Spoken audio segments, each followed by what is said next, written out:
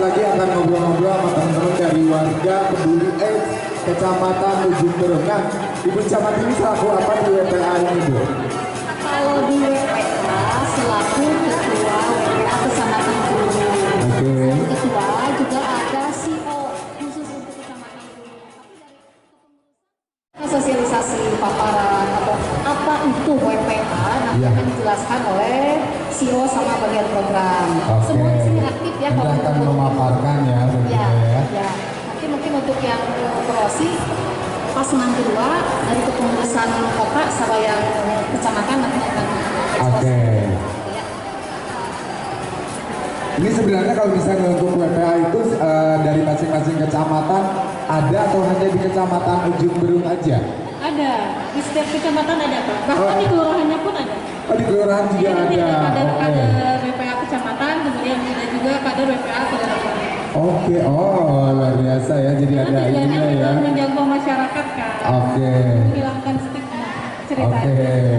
Ya, mungkin sebelum kita jauh bertanya, mungkin kita akan sedikit mendengarkan pemaparan tentang WPA itu sendiri apa, terus apa aja yang udah dikerjakan dari WPA untuk masyarakat seperti apa, Bu?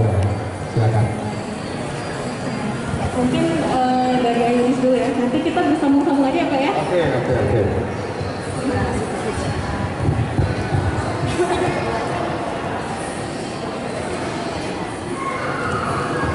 Kayaknya Ayunis sebelum kita bicara soal WPA tentang HIV-nya dulu kali ya. Nah, benar sekali Pak. Karena banyak banget di antara kita yang masih menganggap bahwa HIV dan AIDS itu adalah satu kesatuan yang sama.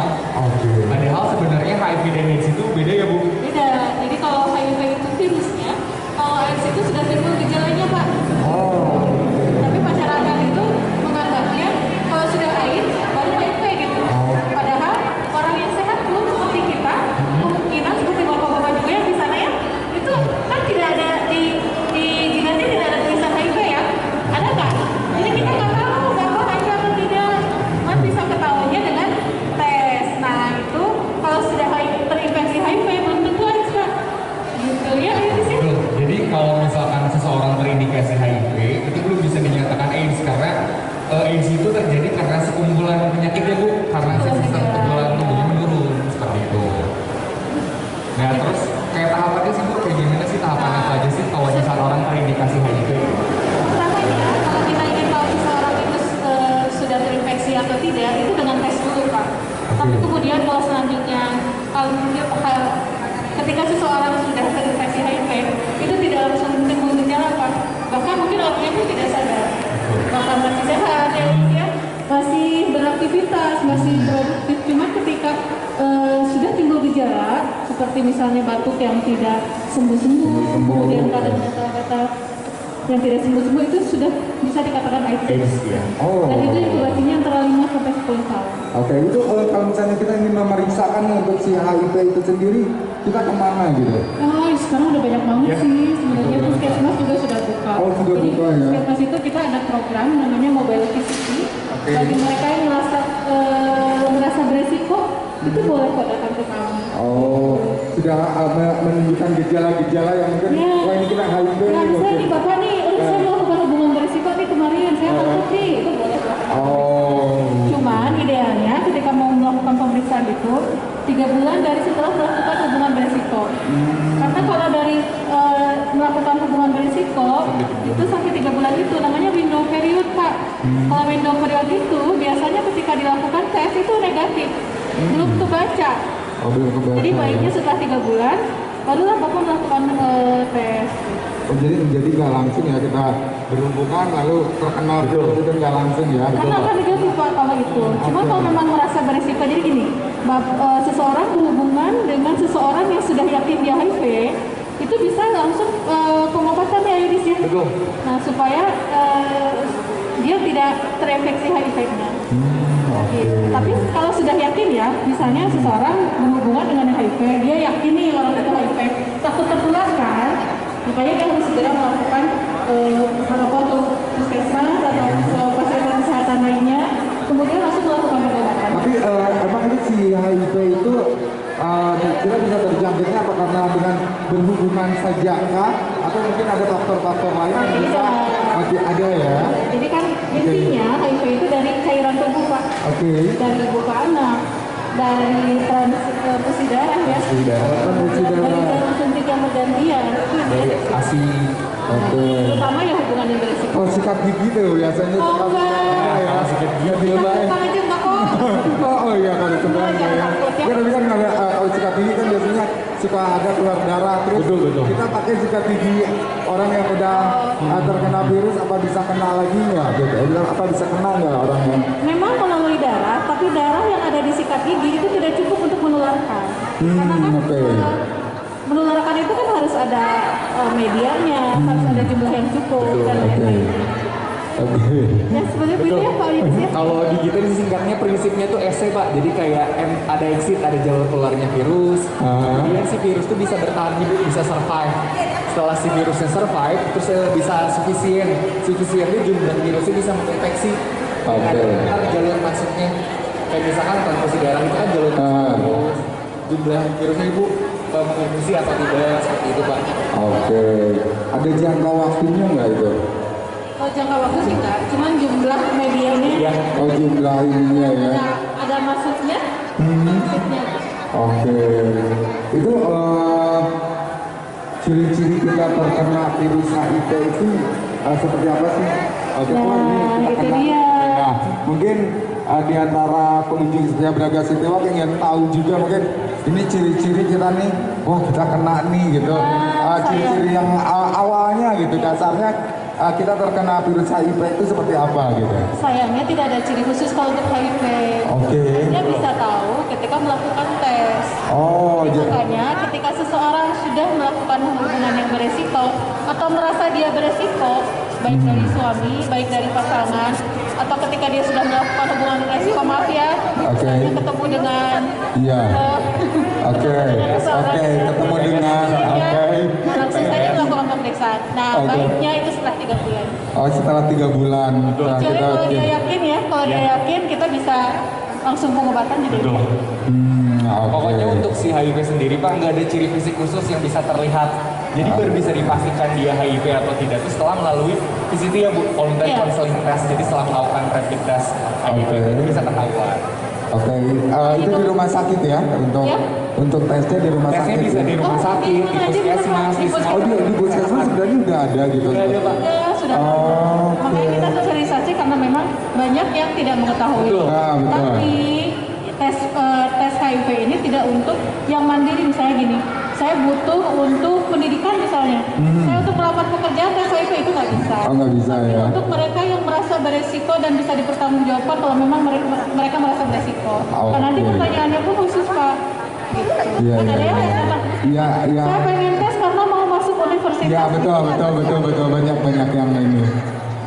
Karena saya dulu juga sempat pas dirawat itu karena ada bintik-bintik gitu ya dikiranya narkoba atau terkena virus HIV gitu, sempat juga kayak gitu sih ya. Nah itu kalau sudah menjadi AIDS Pak, itu gejala kalau sudah menjadi AIDS, bukan ketika terinfeksi virus HIV. Oke. Jadi kadang masyarakat memang masih belum paham kalau HIV dan AIDS itu dua hal yang berbeda, tapi memang berhubungan. Oke, tapi berhubungan yang berkaitan ya. Ya, Oke, berkaitan. kita HIV dulu baru terkena AIDS itu mungkin klimaksnya atau simulasinya dari. Nah itu ya. Oke. Jadi ketika sudah timbul banyak gejala, nah itu apa? Oke. Jadi sekarang harus takut nggak Pak kalau periksa?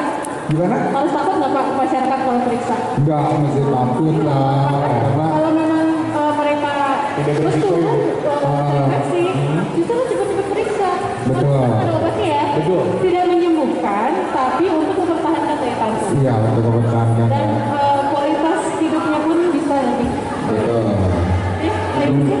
Dan ini juga tidak menularkan ke orang lain. Kalau kita semuanya sudah mengetahui ya bahwa ketika terkena virus, ini kita bisa mengantisipasi atau menjaga nih supaya kita tidak menularkan ke orang lain. Mungkin orang-orang terkasih kita malah ya. Betul. Orang-orang yang kita Jangan sampai sayangi. taunya ketika sudah terlambat. Oh, ya, jangan sampai terlambat ya. Iya. Oke, luar biasa. Oke, ada lagi?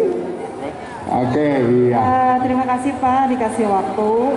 Kalau saya ini bertiga adalah sebagai kader. Jadi Oke. kader itu orang yang sukarela gitu bisa membantu dengan kegiatan program HIV itu ya, seperti dari pihak puskesmas ya, termasuk juga karena program ini adalah program pemerintah ya, membantu saya. Kalau saya sebagai masyarakat, jadi karena banyaknya sekarang menurut survei Kota Bandung itu kan kebanyakan ibu rumah tangga ya Bu ya. Betul. Jadi saya merasa terketuk hatinya gitu ya. Jadi saya sebagai kader hanya membantu jangan sampai virus ini menyebar gitu ya lebih banyak di Kecamatan Ujung Berung khususnya. Jadi memberikan sosialisasi dan membantu kalau misalkan ada yang di wilayahnya masing-masing karena sudah terbentuk kadernya di tiap kelurahan. Kalau misalkan ada pengguna penasum, jadi kita hanya melaporkan aja di situ ada pengguna penasum ya, ada yang akan menegur orang tersebut gitu, atau itu yang paling penting yang misalkan yang kubu-kubu alam ya Pak ya, Iya. kita hanya melapor gimana sih itu tindakannya supaya jangan masyarakat yang banyak itu di wilayah itu tahu gitu ada itu Ada ya jadi menyangka itu tidak ya dikucilkan ya. Iya, dikucilkan gitu ya. Jadi sampai saat ini sebagai kader juga saya nggak tahu sih siapa itu yang bergerak di Kecamatan Ujung Berung. Iya. Jadi hanya tahu adalah medis ya. Jadi kita ini perwakilan sebetulnya dari kecamatan dan kelurahan itu banyak kader-kader yang terbentuk warga peduli AIDS ya, yang dengan sukarela membantu program pemerintah untuk mengurangi peningkatan pencegahan untuk HIV ini. Oke, jadi mungkin sejauh ini kalau misalnya untuk WPA itu sendiri ke masyarakatnya turun langsung atau mengadakan sosialisasi perkumpulan atau seperti apa? Sedikit menurutkan ya Pak, untuk dari WPA sendiri kita itu kayak kan kami juga WPA warga sendiri, jadi kayak perwakilan dari warga yang memiliki concern terhadap isu HIV. Oke. Jadi salah satu kegiatannya itu kita ada sosialisasi, terus ada advokasi kegiatan tentang apa itu HIV/AIDS, terus kayak mengedukasi baik itu dari remaja, ibu rumah tangga, hamil dan semua kalangan gitu, karena menurut kami semua orang beresiko terkena HIV ketika melakukan perilaku beresiko yang diindikasikan terinfeksi seperti itu. Tadi Pak, yang paling sekarang kan yang ibu hamil ya juga harus pemeriksaan HIV ya, kita mendorong atau gimana ya membantu untuk bisa ibu hamil itu untuk mendapatkan pemeriksaan itu. Jadi kita mendampingi gitu kan di wilayah masing-masing di posyandu kita dengan sosialisasi seperti itu ada.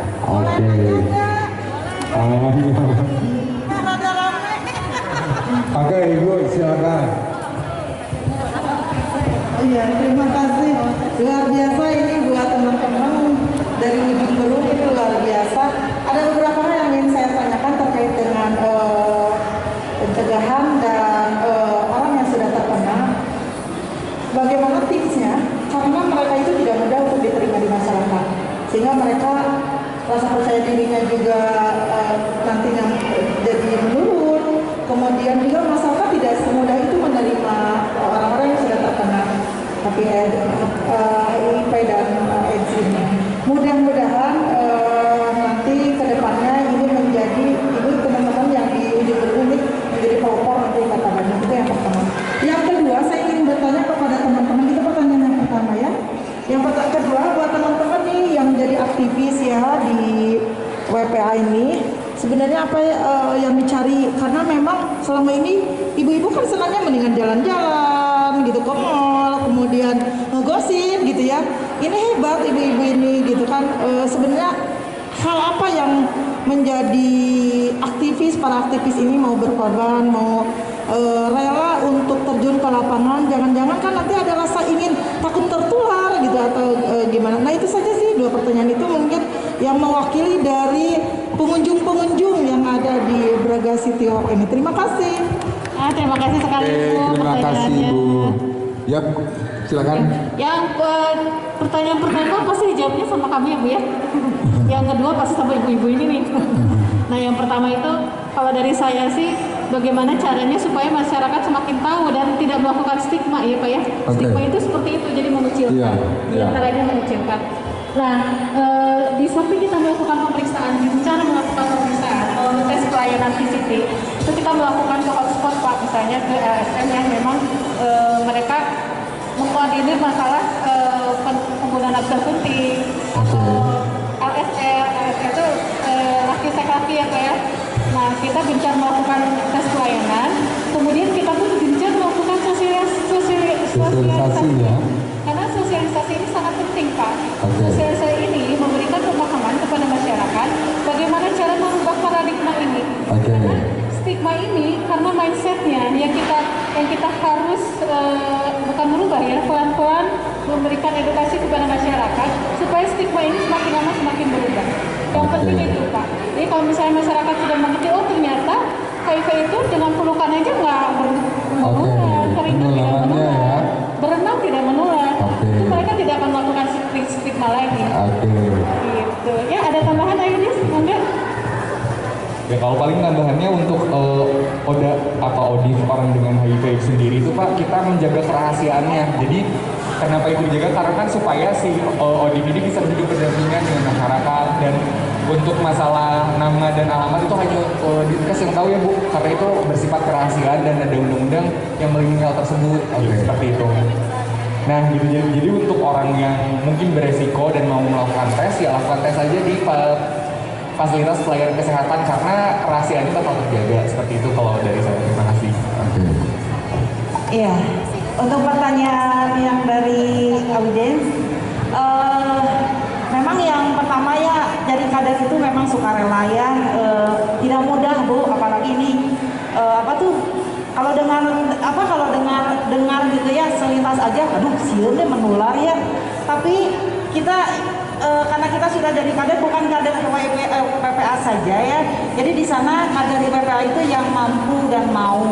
Nah, sebelumnya kan ada pelatihan dulu gitu. Jadi kita di dalam pelatihan itu kita tahu ilmunya. Oh, itu penularannya seperti dikatakan tadi oleh Bu Windu ya, tidak menular seperti penularan TB kan lebih ininya lebih kita lebih takut gitu ya. Tapi untuk HIV dengan kita pelatihan itu, makanya kita sebagai kader ya istilahnya ilmu yang dapat pelatihan itu bagi kita, bagi dia diri sendiri ya untuk bermanfaatnya. Nah nanti untuk dikembangkan lagi ke masyarakat. Jadi itu betul sukarela banget ya, jarang gitu ya ilmu yang didapat dari pelatihan itu untuk diri sendiri dan keluarga yang itu ke masyarakat. Mungkin yang dari yang lainnya mah enggak? Ya. Betul sekali Bu Is. Mungkin ini hanya nambah aja ya. Tugas sebagai WPA itu, warga peduli itu sebenarnya berat, tapi kalau dikerjakan dengan ikhlas, insya Allah akan berjalan dengan santai gitu. Kalau kitanya didasari dengan ikhlas gitu. Nah, kenapa kita menjadi kader WPA, warga peduli karena kita udah terketuk, dan apalagi keadaan sekarang ini kan terbanyak dari yang positif HIV itu ibu hamil ada, terus kan nantinya langsung kalau ibu hamil positif HIV kalau nggak terdeteksi itu di tesnya akan menular ke bayinya. Jadi nah itu jadi terketuk, aduh kasihan kalau kita nggak membantu, nggak ngasih sosialisasi ke masyarakat. Jadi kita harus benar-benar gitu tanggung jawab sebagai WPA itu apa, itu aja mungkin tambahan ya.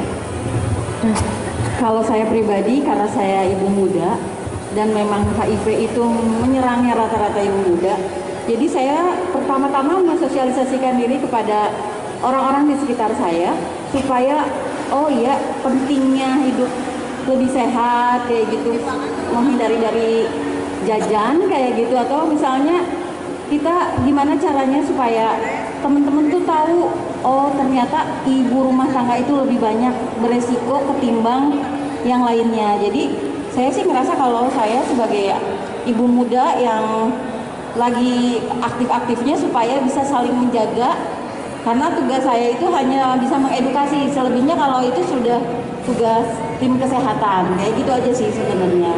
Terima kasih. Oke, luar biasa ya. Ini untuk para aktivisnya. Jadi alasannya seperti itu ya Bu ya. Kita ini dari teman-teman WPA nggak digaji kan ya? Nggak ada. Ini sukarela kemanusiaan ya. Iya. Gimana tuh? Ya. Wow, luar biasa. Semangat tuh karena memang kadernya yang semangat. Jadi kepengaruhan. Kepengaruhan. Ya, masa kita diem ya? Iya betul. Oke, mungkin ada lagi teh yang mau di? Itu aja barangkali Pak, cuman pengen nekanin aja, jangan takut untuk periksa. Jangan takut ya, karena penularannya nggak semudah yang kita bayangkan ya. Jangan sampai kita mengucilkan tentunya yang sudah terkena. Kalau kita bergaul aja nggak apa-apa sih, nggak masalah ya. Kita bergaul, bersosialisasi dengan orang yang sudah terjangkit atau terkena virus HIV/AIDS itu ya. Oke, ya ada lagi? Oke, terima kasih buat teman-teman dari WPA yang sudah memberikan sedikit pengetahuannya kepada kita semua pengunjung setia Braga City Walk. Dan kita masih di eventnya pameran perdagangan investasi dan pariwisata Jabar Invest 2021. Nanti bakal kembali lagi.